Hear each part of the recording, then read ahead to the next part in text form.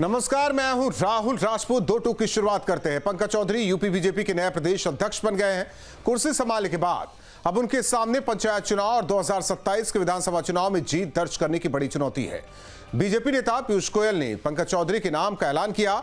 इसी दौरान deputy CM Keshav Maurya ने कहा 2027 में समाजवादी पार्टी का सुपड़ा साफ कर देंगे, रिकॉर्ड जीत हासिल करेंगे। वहीं सीएम योगी ने कहा कि आगे 2027 की लड़ाई है, विपक्ष के छल को हमें शौर्य से हराना है। सवाल है कि क्या पंकज चौधरी आने वाले चुनाव में समाजवादी पार्टी की पीडीए को पटकनी दे पाएंगे? 2 टूक में करेंगे चर्चा। पहले सुनते हैं बयान। आज ये कह सकता हूं भारतीय जनता पार्टी के उत्तर प्रदेश मुख्यालय से कि 2027 में 2017 से बड़ी विजय श्री पंकज चौधरी जी के नेतृत्व में भारतीय जनता पार्टी यहां प्राप्त करेगी और समाजवादी पार्टी का सुपड़ा साफ करेगी। गुंडागर्दी, अपराध, माफिया और फर्जी पीडीए, इनका जैसे बिहार में ध्वस्त हुआ, जैसे हरियाणा में ध्वस्त हुआ, जैसे महाराष्ट्र में और दिल्ली में ध्वस्त हुआ, वैसे यूपी में 2027 में ध्वस्त हो जाएगा। अगर आप चुनाव में जीत का दावा कर रहे हैं तो किस हद पे कर रहे हैं ये जरा बताइए। आप विपक्ष को छल से हराना चाहते हैं, धनबल से हराना चाहते हैं, बाहुबल से हराना चाहते हैं। अब उत्तर प्रदेश में ट्रिक्स कामयाब नहीं होंगे आदरणीय पंकज चौधरी जी। जैसे योगी आदित्यनाथ जी कह रहे हैं कि विपक्ष के छल को हराना है, नहीं, विपक्ष को छल से हराना है कहना चाहते होंगे योगी जी। और अब छल से, बल से, धन से विपक्ष नहीं हारेगा, आपको हराएगा। वोटों की चोरी भी रोकेगा, वोटों की डकैती भी रोकेगा। इस उत्तर प्रदेश के अंदर पीडीए समाज के लोगों के अंदर एक बात बहुत क्लियर हो चुका है कि भारतीय जनता पार्टी पिछड़े और दलितों का हक मार रही है, आरक्षण लूटने वाली पार्टी है और इसीलिए पीडीए की ताकत लगातार बढ़ रही है। और एक बात तय है, अध्यक्ष कोई बने, जिम्मेदारी किसी की हो, लेकिन पीडीए के लोगों की एकजुटता ये बताती है कि उत्तर प्रदेश में 2024 से बड़ी जीत 2027 में होने वाली है। और ऐसे में बड़े सवाल, पंकज चौधरी को मिली कमान, 27 में जीत का तैयार हुआ प्लान। ओबीसी वोटर होगा लामबंद, अखिलेश की पीडीए में लगेगी सीट। 2027 का सियासी मैदान, ओबीसी वोट के लिए मचेगा घमासान। विपक्ष के छल का शौर्य से करे मुकाबला, 27 का चुनाव है बड़ा। इन्हीं सवालों के साथ मेहमानों से करेंगे चर्चा। विनय सिंह जी, प्रवक्ता समाजवादी पार्टी, खेमचंद शर्मा जी, नेता बीजेपी, इकबाल अहमद जी, कांग्रेस के नेता। आप तीनों मेहमानों का स्वागत है। खेमचंद शर्मा जी, पीडीए से इतना डर गया है कि अब देखिए आपको पंकज चौधरी की जरूरत पड़ गई और छल से हराना चाहते हैं क्या? इनका कहना है कि वो तो ऐसे ही बोल दिया, शौर्य से नहीं, छल से हराना चाहते हैं। नमस्कार, जय हिंद। देखिए, पंकज चौधरी जी भारतीय जनता पार्टी के कार्यकर्ता हैं, लगातार भारतीय जनता पार्टी के साथ रहे, लगातार भारतीय जनता पार्टी के टिकट पे मल्टीपल टाइम इन्होंने लोकसभा चुनाव लड़ा है, जीता है और मल्टीपल टाइम वो भारतीय जनता पार्टी की केंद्र सरकार में मंत्री रहे हैं। ये कह देना कि हमें भारतीय जनता पार्टी और उत्तर प्रदेश भारतीय जनता पार्टी को या सरकार को एक पर्टिकुलर वर्ग या एक पर्टिकुलर व्यक्ति की जरूरत पड़ गई, वो गलत है। वो हमारे परिवार के अभिन्न अंग है। पार्टी ने आपस में इंटरनल डिस्कशन करके, संवाद करके और जो हमारी चुनावी प्रक्रिया है हमारी पार्टी की, उसको अपना के हम लोगों ने ये तय किया कि पंकज जी इसके सबसे अच्छे कैंडिडेट हो सकते हैं। पूरी डेमोक्रेटिक सिस्टम में उसको फॉलो किया और फॉलो करने के बाद अब आदरणीय पंकज जी को अध्यक्ष बनाया गया। मैं उनको बहुत बहुत शुभकामना देता हूँ, बधाई देता हूँ। और इससे पूरे उत्तर प्रदेश में एक पॉजिटिव कंस्ट्रक्टिव लहर आई है। वो किसी पर्टिकुलर व्यक्ति को या समाज को या वर्ग को रिप्रेजेंट नहीं करते, वो समस्त उत्तर प्रदेश के कार्यकर्ताओं को रिप्रेजेंट करते हैं। बहुत अच्छे व्यक्ति हैं, बहुत अच्छे कार्यकर्ता हैं। उनके जीवन से हम सब सीख सकते हैं और बहुत अच्छी खबर है। इसके साथ साथ राष्ट्रीय कार्यकारी अध्यक्ष की भी घोषणा हुई है। मैं आदरणीय नितिन नवीन जी को आपके माध्यम से बहुत बहुत शुभकामना, बहुत बहुत बधाई देता हूँ। युवा हैं, उन्हीं के बदौलत तो आपके नेता कह रहे हैं कि देखिए 27 में हम समाजवादी पार्टी को पटकनी देंगे, सुपड़ा साफ करेंगे और केंद्र में नितिन नवीन की वजह से कांग्रेस को देंगे। लेकिन सवाल उत्तर प्रदेश को लेकर है, क्योंकि 27 का चुनाव से पहले पंचायत का चुनाव। म्यूट कर दिया क्या शायद आपने? एक बार चेक तो कीजिए, आवाज आ रही है खेमचंद जी? हाँ, लेकिन हो गया था। हाँ, लेकिन सवाल यही है कि कैसे क्योंकि अभी हाल ही में अगर देखा जाए 24 का चुनाव, जिससे इरादे बुलंद है समाजवादी पार्टी के, और वो कह रहे हैं बड़ी जीत होगी 27 की। देखिए, समाजवादी पार्टी सपने देख रही है, उनका कुछ नहीं होने वाला। और जिस तरीके से अब आपने देखा अन्य राज्यों में, हरियाणा में, दिल्ली में, महाराष्ट्र में, मध्य प्रदेश में, हर जगह लोकसभा के बाद भारतीय जनता पार्टी के कार्यकर्ताओं की जीत हुई है। वो ये दिखाता है लोकसभा इलेक्शन में जो इन्होंने भ्रम का एक बादल बनाया था, भ्रम का एक इन्होंने शगुफा फेंका था, उसकी वजह से कुछ नुकसान भारतीय जनता पार्टी को लोकसभा इलेक्शन में हुआ। लेकिन उसके बाद जितने भी इलेक्शन हुए, चाहे वो उपचुनाव हुए हैं, चाहे प्रॉपर स्टेट के फुल चुनाव हुए हैं, सभी में भारतीय जनता पार्टी के कार्यकर्ताओं को, भारतीय जनता पार्टी को वहां पे बहुत अच्छी सफलता मिली है। ये अपने आप में दिखाता है इनका भ्रम, इनका झूठ, और जो इन्होंने लोगों को डराने और बहकाने की कोशिश की थी वो अब खत्म हो चुका है। उन्हें उत्तर प्रदेश में भारतीय जनता पार्टी की जोरदार तरीके से सरकार ठीक। बनेगी, ऐसा विनय उन्हें सिंह पूर्ण जी, विश्वास है। विनय सिंह जी, इसीलिए पंकज चौधरी को लाया गया क्योंकि आपके भ्रम जाल में वो वोटर ना फंस सके, वो पिछड़ा वर्ग ना फंस सके जो अब तक फंसता आया है। इससे पहले 17 के बाद से नहीं फंसा, हालांकि थोड़ा फंसाने की कोशिश 24 में की गई, जिसका परिणाम अलग था। यही कोशिश है कि आगे अब 27 में ना फंसे वो पिछड़ा वर्ग, जिसकी बात अखिलेश यादव कर रहे हैं, आप लोग कर रहे हैं पीडीए। ए को छोड़ देते हैं, पी और डी की बात करते हैं, डी भी छोड़ देते हैं, पी की बात करते हैं। देखिए, मैं आपको एक चीज बता दूं, कोई भ्रम जाल नहीं है। अगर कोई अपने हक और अधिकार के लिए लड़ना चाहता है तो उसको भ्रम जाल नहीं कहा जा सकता है। रही बात भारतीय जनता पार्टी के द्वारा पंकज चौधरी जी को प्रदेश अध्यक्ष बनाना, तो ऐसा नहीं है। इस समाज से पहले प्रदेश अध्यक्ष नहीं थे, इससे पहले भी स्वतंत्र देव जी थे, इससे पहले विनय कटियार जी थे, और तमाम लोग रहे हैं प्रदेश अध्यक्ष, ऐसा नहीं है। लेकिन ये अपने समाज और के लिए कुछ कर नहीं पाए, इसलिए इनका कोई खासा प्रभाव नहीं रहा। और हमारे यहाँ जो माननीय राष्ट्रीय अध्यक्ष जी है, वह सभी समाज के लिए और खासकर पीडीए को एक ताकत देने के लिए कहीं न कहीं लड़ाई लड़ी जा रही है, और उसका परिणाम 2024 में देखने को भी मिला है। और हमारे यहाँ पीडीए समाज से ही हमारे राष्ट्रीय अध्यक्ष जी पीडीए समाज से है, न उनके पास फर्जी क्या कहते जाति प्रमाण पत्र है, न फर्जी डिग्री है। और हमारा जो प्रदेश अध्यक्ष है हमारे यहाँ के, वो भी जो है दलित समाज। हमारे यहाँ पूरी तरीके से पीडीए को, जो पीडीए के साथ उत्तर प्रदेश के अंदर नाइंसाफी हो रही है, जिस तरीके से आपने देखा है भारतीय जनता पार्टी के लोग 62,000 शिक्षक भर्ती घोटाला, अभी तक कुछ हुआ ही नहीं है। जिस तरीके से आरक्षण को समाप्त करने का प्रयास किया जा रहा है, जिस तरीके से इनके लल्लू सिंह, हैगड़े, गिरिराज सिंह, तमाम लोगों ने कहा कि जिस दिन 400 आ जाएगा तो हम जो है संविधान को जो है खत्म कर देंगे। तो उसका परिणाम सबने देखा है कि पीडीए की ताकत क्या है। जैसे ही संविधान की बात की, इनको धराशायी कर दिया गया। और ये जो पंकज चौधरी जी जो बने हैं, हमारे ख्याल से जो माननीय योगी आदित्यनाथ जी प्रस्तावक बने होंगे, तो कलेजे पे पत्थर रख करके कैसे उन्होंने प्रस्तावक बनने के लिए साइन किया होगा। वो तो एक म्यान में 2 तलवार, गोरखपुर में, वो सोचिए कि तलवार कैसे रखी जाएगी। अब वो तलवार की जो टंकार होगी, वो क्या प्रदेश के जनता के लिए दुखदाई नहीं होगी? जब केंद्र और प्रदेश जब लड़ेगा तो क्या होगा? ये तो एक इनका इंटरनल मामला है। खैर, ये सारी चीजें हमसे कोई मतलब नहीं है। वो तो आज से नहीं, केंद्र और प्रदेश मुख्यमंत्री जो है लड़ रहे हैं, वो तो बहुत समय से लड़ रहे हैं, इसमें कोई दो राय नहीं है। लेकिन पीडीए की लड़ाई हम लड़ते रहेंगे और लड़ रहे हैं हम उनके हक और अधिकार के लिए। नहीं, वो तो 24 के चुनाव के बाद, 24 के चुनाव से ये शुरू हुआ है पीडीए वाली लड़ाई। लेकिन उससे पहले कहाँ लड़ाई लड़ रहे थे आप लोग? कभी लड़ाई लड़े क्या? इससे पहले कब लड़ाई लड़ी? अच्छा, ये बताइए भारतीय जनता पार्टी ने बहुत पहले बाबा साहब के संविधान को मानने के लिए आरएसएस विचारधारा तैयार नहीं थी। किस तरह से बाबा साहब के पुतले फूके गए, बाबा साहब मुर्दाबाद के नारे लगे। नहीं, तो आप मानते हैं ना कि वो नहीं कर रहे थे, उनको करना पड़ा। ऐसे आप भी नहीं कर रहे थे, आपको करना पड़ा। नहीं, हमें करना नहीं पड़ा।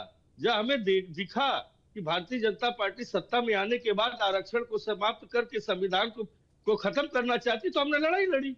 और उस लड़ाई का परिणाम हुआ कि माननीय राष्ट्रीय अध्यक्ष श्री अखिलेश यादव जी के विश्वास में सब लोगों ने साथ दिया। तभी और आज से अखिलेश नारा यादव एक जाति विशेष पर ज्यादा हमलावर है। बाबा साहब का मिशन है अधूरा। हाँ, माननीय विनय सिंह जी, अखिलेश विनय सिंह यादव जी, करेंगे तभी पूरा। एक जाति विशेष पर हमलावर है ज्यादा अखिलेश यादव। किस विषय पे, किस जात पे? अब वो आप समझ सकते हैं। छत्री में, पता छत्री नहीं, बिरादरी, ये तो मैं भी आप छत्री में- बताइए ना। मैं बोल दे रहा हूँ, मैं छत्री बिरादरी से आता हूँ। आपने देखा नहीं कि 2012 में 36 छत्री बिरादरी को लोगों को टिकट दिया गया, 19 लोग मंत्री बने। जितना समाजवादी पार्टी में छत्रियों को सम्मान तो दिया वही तो गया कह रहा है, वो मुलायम सिंह का दौर था सरकार सर। में दिया गया। वो 12 ना मुलायम का दौर था, अखिलेश का दौर नहीं था। मुलायम, अरे अखिलेश लीजिए, अखिलेश मैं जी अखिलेश जो का दौर तो 17 से मुख्यमंत्री बने थे, मुख्यमंत्री बने तब भी इतना लेट हो गया ना। पूरा मुलायम सिंह नहीं, यादव कोई होते लेट तो नहीं इतना है। लेट नहीं होती ताजपोशी। यही तो ऐसा कुछ नहीं। अरे आप हमें ऐसा बताएंगे कुछ विनय नहीं सिंह है। जी, अरे अब आप हमें बताएंगे कि अच्छा कितने दिन बाद ताजपोशी हुई थी? खानदान को आप बताएंगे कि छतरी विरोधी है। पूर्ण बहुमत किस तरीके में से समाजवादी है? पार्टी थी, तो कितने दिन बाद अखिलेश यादव बने थे? नहीं तो ये बताइए, आप कहेंगे छतरी विरोधी है? मैं कहाँ कुछ कल कह के रहा लोग जो है हूँ, वो कहेंगे तो वही छतरी कहते हैं। आपने पंकज भी जी, कहा है, पंकज जी, आपने पंकज जी, कहा है। यूपी में आप लोग कांग्रेस जो है समाजवादी पार्टी भरोसे रहेगी, जो वो कहेंगे वही सही है, उसी पर चल देना है, या कुछ सोचा है आप लोगों ने? किसी को टारगेट करेंगे, किसी समाज को, धर्म विशेष को, कि मोहब्बत की दुकान से काम चल जाएगा? इकबाल जी, इकबाल अहमद जी, हमारा इकबाल अहमद जी, गठबंधन है और रहेगा। हाँ मैं कहाँ कह रहा हूँ, इकबाल अहमद जी, वही मैं पूछ रहा हूँ कि किसी जाति विशेष को साथ देंगे, धर्म विशेष को साथ देंगे, या मोहब्बत की दुकान से काम चलेगा? देखिए, ये बीजेपी का काम है कि धर्म और जात की लड़ाई लड़ाना और धर्म और जात की लड़ाई लड़ना, ये इनका काम है। और कांग्रेस सारे मुद्दों के साथ लेके चलने वाली पार्टी है, और वो एक ऐसा बागीचा है जिस बागीचे में सारे फूल लगे होते हैं और सबको खुशबू देते हैं। आज रामलीला मैदान में दिल्ली में आप जिस तरीके से देखा आपने, भीड़ कितनी हुई, उमड़ गया। जितनी मैदान में भीड़ थी उससे ज्यादा सड़कों पे भीड़ थी। और वो भीड़, राहुल गांधी ने बता दिया है कि हम दलित, पिछड़ा, अल्पसंख्यक की लड़ाई लड़ रहा हूं और लड़ता रहूंगा, और आपके अधिकार का जो चोरी हो रहा है, वोट चोर हो रहा है, उसकी लड़ाई मरते दम तक लड़ता रहूंगा। आज उन्होंने इस बात को बता दिया है कि सब लोग खड़े हो जाओ और एक म्यान में आ जाओ। देखो, हम मोदी जी को भी हटा के रहेंगे और प्रदेश की सारी बीजेपी की सरकार जहां जाए सब उखाड़ के फेंक देंगे। और वो सत्य की लड़ाई लड़ रहे हैं, और सत्य की लड़ाई में वक्त तो लगेगा, लेकिन सत्य जीतेगा। अच्छी बात है। अगर वही लड़ाई पिताजी लड़ लिए होते तो आज ये राजनीति करने की जरूरत ना पड़ती राहुल गांधी को। नहीं, बीजेपी का तो काम ही है पुरानी बातों को उखाड़ना। भाई, प्रियंका जी ने कहा ना कि एक लिस्ट बना लो ना पुराने नेताओं की, कि जितना तुम्हें करना है पार्लियामेंट में आके बहस कर लो। भाई, पुरानी एक लिस्ट बना लो पुराने लोगों की गालियां दे के। तो अब बीजेपी पास ना विकास है ना कोई एजेंडा है, इनके पास सिर्फ मुसलमान और हिंदू की चाशनी है। मदरसा गिरा नहीं दो, तो मस्जिद मैं गिरा दो। खेमचंद जी से ले लेता हूं सवाल। इस मतलब पंकज चौधरी को अध्यक्ष बनाकर आप लोग कैसे हिंदू मुस्लिम कर पाएंगे खेमचंद जी? जो कांग्रेस का आरोप है, इकबाल अहमद जी का आरोप है, कर पाएंगे क्या? इससे हिंदू मुस्लिम हो पाएगा क्या? इनके पास कोई मुद्दा नहीं है, इसीलिए भारतीय जनता पार्टी के जो इंटरनल मैटर्स हैं उसमें ये इस तरीके की कमेंट कर रहे हैं। रही बात इनकी जो आज रैली हुई है, उसमें पुणे आदरणीय प्राइम मिनिस्टर मोदी जी के लिए अवध स्लोगन लगाए गए हैं। मोदी तेरी कब्र खुदेगी, वीडियो आ रहे हैं, वायरल हो रहे हैं। तो कंस्ट्रक्टिव तरीके से आज ये रैली तक नहीं कर पाते, मीटिंग तक नहीं कर पाते, ब्रीफिंग नहीं कर पाते, प्रेस नोट नहीं दे पाते, प्रेस में जा नहीं पाते, सिर्फ और सिर्फ नकारात्मक चीजों के लिए, गाली देने के लिए, आदरणीय प्राइम मिनिस्टर मोदी जी को मारने के लिए, मारने की दुआ करने के लिए ये लोग रैलियां करते हैं। आज की रैली से आपने क्या अचीव किया? क्या संसद में इलेक्शन रिफॉर्म पे चर्चा नहीं हुई? क्या राहुल जी नहीं बोले? वो SIR पर भी बोले, और भी लोग बोले। जब आप बोल चुके हो, 3-4 महीने आपने इलेक्शन में भी खूब बोल लिया, आपने पीसी कर ली, आपने प्रेस के सामने भी रख दिया, तो आज रैली करके क्या किया? क्या आपने जनता के कुछ मुद्दों पे काम किया? नहीं किया। क्या जनता के कुछ मुद्दे उठाए? नहीं उठाए। आज हालत ये हो गई कि नॉर्थ इंडिया से आप भीड़ तक इकट्ठी नहीं कर पाए, आपको साउथ इंडिया से लोगों को बुलाना पड़ा। ये सब दिखाता है कि कांग्रेस अपने पैरों पे कुल्हाड़ी मार रही है। वो तो कह रहे थे रामलीला मैदान के अंदर भी, बाहर भी भीड़ थी, पूरे उत्तर भारत के लोग हैं, शायद यूपी, बिहार, मध्य प्रदेश, दिल्ली के, तो हरियाणा से भी आए होंगे। आपके चैनल ने कवर किया है, क्या हाल था। बीजेपी वाले अगर बोलेंगे ये गलत है तो कैसे मान ले? कांग्रेस वालों का भी तो मानना पड़ेगा, कभी विपक्ष के भी तो मान लिया। नहीं, आप मान लीजिए, मैं ये नहीं कहता मत मानिए, अगर वो कह रहे हैं उनको खुश करने के लिए मान भी सकते हैं, लेकिन क्या कंसेप्ट हुआ वहां पे? क्या वो रैली आदरणीय प्राइम मिनिस्टर मोदी जी की मौत की दुआ मांगने के लिए की गई? ऐसे से लोगों ने वहां पे क्यों लगाए गए? आप कर रहे हैं, ये सब सुनियोजित है, ये बीजेपी के लोग घुस के नारा लगाते हैं। अरे गुप्त नारे नहीं, मैं आपको बता दूं कैसे? अरे मैं कह रहा हूँ बीजेपी के लोग, सवाल ये नहीं था, सवाल ये लोग घुस के नारा लगाते हैं। सवाल ये नहीं था, लेकिन आपकी पार्टी की रैली है। अरे ये सुनियोजित है, बीजेपी का सुनियोजित नारा होता है। खेमचंद शर्मा जी, बीजेपी का खेमचंद सुनियोजित नारा शर्मा जी, होता है। एक मिनट अहमद साहब, इकबाल जी, खेमचंद शर्मा जी, आरोप ये कि पीएचडी बीजेपी ने कर रखी हिंदू मुस्लिम में।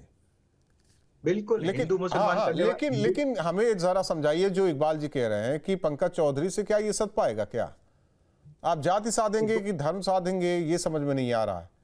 इकबाल जी को बताऊं, अब कांग्रेस के नेता हैं, सबसे पहले हिंदू मुसलमान करने वाली पार्टी कांग्रेस है। धर्म के आधार पर देश को बांटने वाली कांग्रेस है।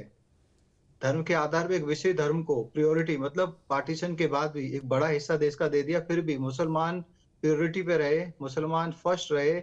उसकी जो दृष्टि है, उसके कारण पहले जितने भी 2-3 शिक्षा मंत्री बने मुसलमान रहे, ताकि देश को, युवाओं को, देशवासियों को सिर्फ और सिर्फ मध्यकालीन मुगल कालीन इतिहास ही पढ़ाया जाए, जो हमारा भव्य, मतलब अच्छा, मुसलमानों ने जो लंबा, कुर्बानी बड़ा, देश आजादी जो में हमारा दी इतिहास है, उसका वो नाम ना आप नहीं पढ़ाया लेंगे। जाए। अरे मुसलमानों ने जो आजादी में कुर्बानी दी है, उसका नाम नहीं लेंगे। देश को लूटा, लाखों करोड़ों हमारे यहाँ सांस्कृतिक, हमारे जो लोग थे उनकी हत्याएं की, हमारी संस्कृति को नष्ट किया, हमारे मंदिरों को तोड़ा, उनका इतिहास। हाँ, खेमका जी, आप आ गए, आप अपने जगह पे आ गए। आप हिंदू मुसलमान का उसके बाद थे 3-4 मंत्री बने, वो अपने आप में दिखाता है कि कांग्रेस ही हिंदू मुसलमान करती थी, मुसलमान फर्स्ट की पॉलिसी के साथ। विनय सिंह जी, आप पीडीए की बात कर रहे हैं, वहां आरोप ये लग रहा है कि बस पीडीए को ठग लेंगे, एक को तो ठगते आए हैं, सत्ता केवल एक ही के पास रहेगी, उसी के लिए सारी कोशिश हो रही है। तो ये सत्ता किसके लिए है? भारतीय जनता पार्टी तो यानी कि पूरे देश को ठग रही है, पूंजीपतियों के लिए ये सत्ता है, गरीबों के लिए नहीं है। आप क्या देख नहीं रहे? अडानी और अंबानी के लिए ही केवल काम कर रहे हैं। देश में किसके लिए, युवाओं के लिए क्या काम किया? सारी नौकरियां आउटसोर्सिंग हो गई है। क्या हुआ? महंगाई आप देख ही रहे हैं, क्या हालत है। किसानों की आय दुगनी हुई तो आत्महत्या कर रहे हैं। क्या हालत है देश की आज की तारीख में? अभी खेमचंद जी कह रहे थे, इतिहास की बात कर रहे थे, और इतिहास क्या कौन सी मांग रहे हैं आप? वही जो अंग्रेजों से माफीनामा पत्र दे करके अपने आप को जेल से छुड़ाया। ऐसे लोगों का इतिहास पढ़ाया जाए देश में? क्या आप चाहते हैं? ऐसे लोग इतिहास पढ़ाया जाए जो आपकी विचारधारा को जीते हुए महात्मा गांधी की हत्या कर देते हैं? ऐसा इतिहास पढ़ाया जाए? किस इतिहास की बात करते हैं? आपके पास इतिहास कौन सा है? 10% भी। सुन लीजिए, हमने आपको सुना है, बीच में मत बोलिए, देश का पहला मत बोलिए। देश का पहला आतंकवादी गोडसे का इतिहास पढ़ाना चाहते हैं। सुन तो ले, पहले हमारी बात पूरी तो सुन ले, बीच में क्यों बोलने लगते? किस इतिहास की बात करते हैं? कौन सा इतिहास इनके पास है? वंदे मातरम पे ये बहस करते हैं। काफी समय तक इनके यहाँ वंदे मातरम गाया ही नहीं गया, उस पर दोष निकाला गया। वो पता नहीं कौन सा सीने पे हाथ रख करके एक कौन सा संघ का जो है गाना गाया जाता था, तिरंगा फहराया नहीं जाता था। किस देशभक्ति की बात करते हैं? किस इतिहास की बात करते हैं? वो ठीक है, इस देश में मशीन का विरोध किया गया, मशीन भी आई, आप लोगों ने अंग्रेजी का विरोध किया, अंग्रेजी भी है। आज वही अखिलेश यादव एआई की बात कर रहे हैं, वही समाजवादी मशीन का विरोध। एक बात सुनिए, बात सुनिए ना, बात मेरी बात सुनिए। यही ईवीएम का विरोध उसी मशीन का विरोध समाजवादी करते थे, उसी मशीन का आज इस्तेमाल हो रहा है। एआई सम्मेलन हुआ तो उसमें अखिलेश यादव गए। तो बदलते वक्त के साथ चीजें बदलती रहती हैं, मैं मान लेता हूं। आपने देखा नहीं? अरे सुन तो लीजिए, अब बोले हैं तो सुन लीजिए। इसी ईवीएम का विरोध अडवाणी जी ने और इनके किसी नेता ने तो कह रहा हूं, लिखी थी, है ना? आज आप और इसी, और सुन तो लीजिए, इसी सारे सिस्टम का विरोध इन्होंने किया। यही जो आज लोगों को अनाज बांटा जा रहा है, वही तो मैं बात कर रहा हूँ, उसी आरक्षण का विरोध कांग्रेस ने किया, उसी आरक्षण का विरोध कांग्रेस ने किया। एक बात सुनिए, जो रुपया गिरता है तो देश की साख गिरती है।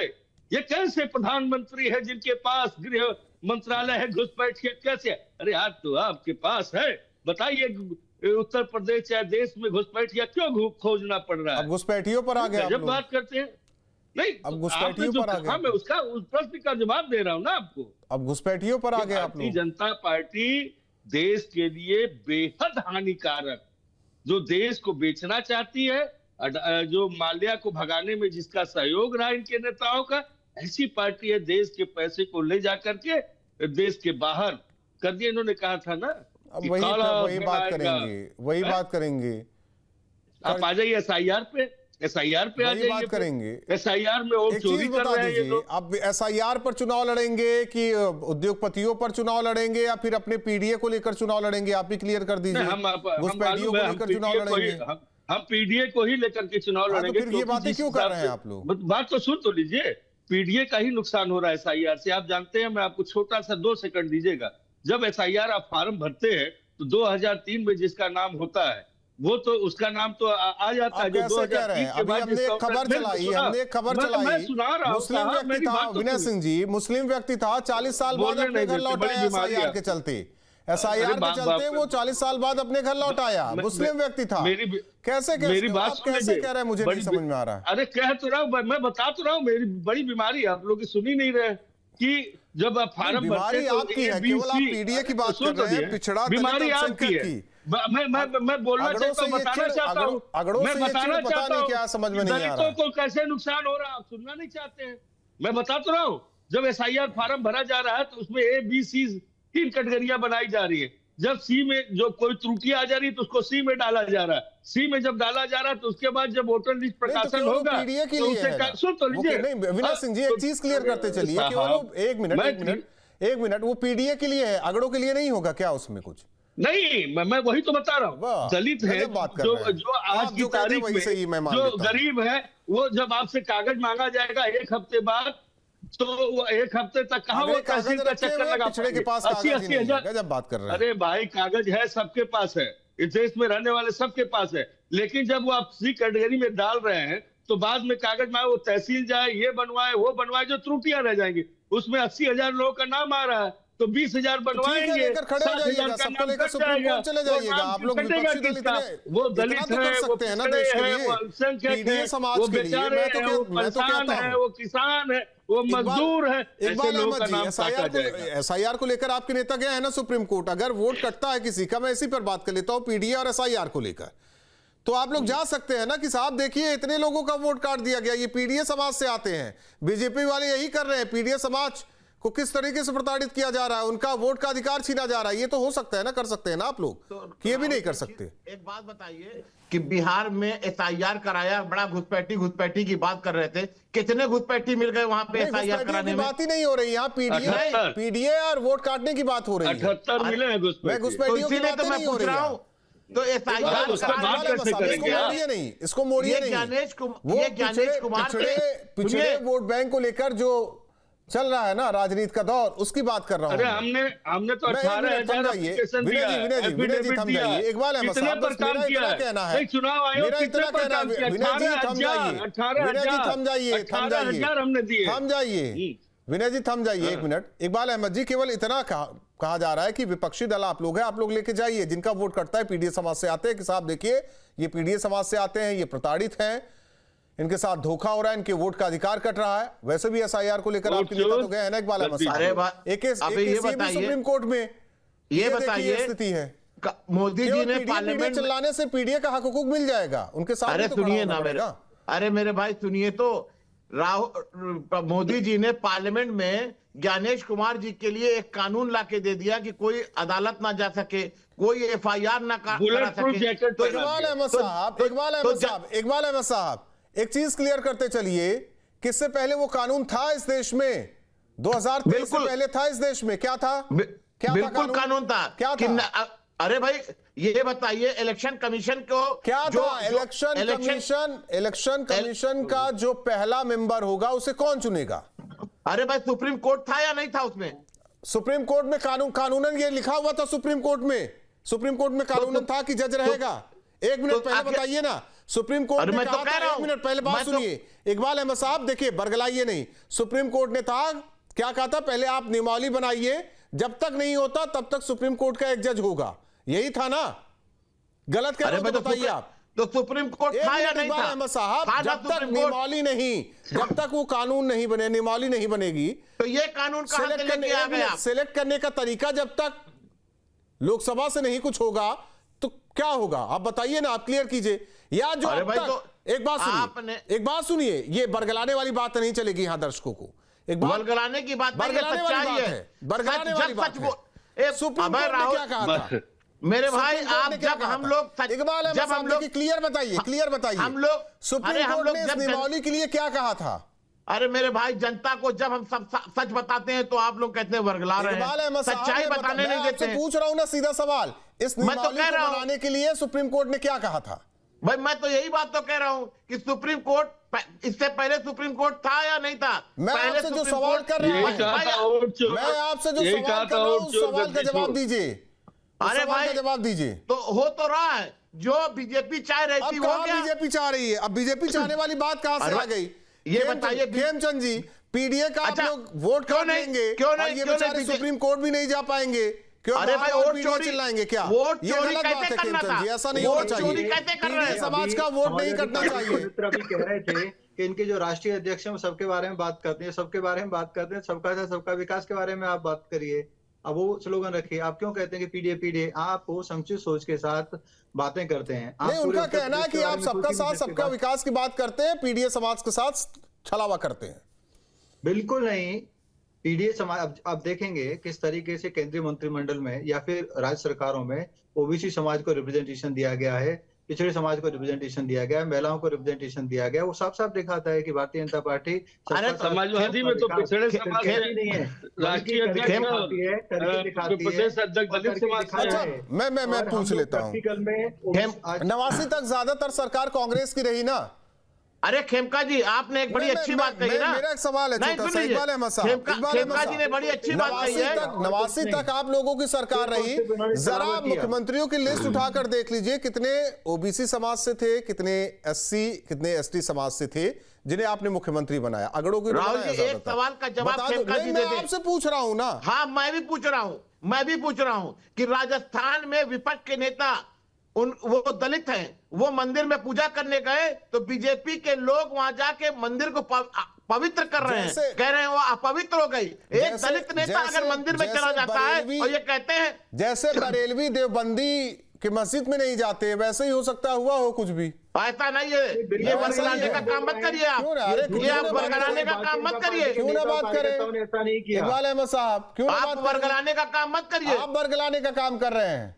अच्छा, तो दलित नहीं जा सकता है? दलित मंदिर में नहीं जा सकता है? करेंगे हम आप पूरा। बरगलाने का, जैसे विनय जी के राष्ट्रीय अध्यक्ष मंदिर में चले गए, पीछे पीछे कौन गया, कौन से समाज ने मंदिर को धुला, ये आज तक किसी को नहीं बताया गया, लेकिन ये कहा गया कि देखिए एक पिछड़ा समाज का व्यक्ति चला गया, मंदिर धुल दिया गया। योगी जी ने किसने धुला?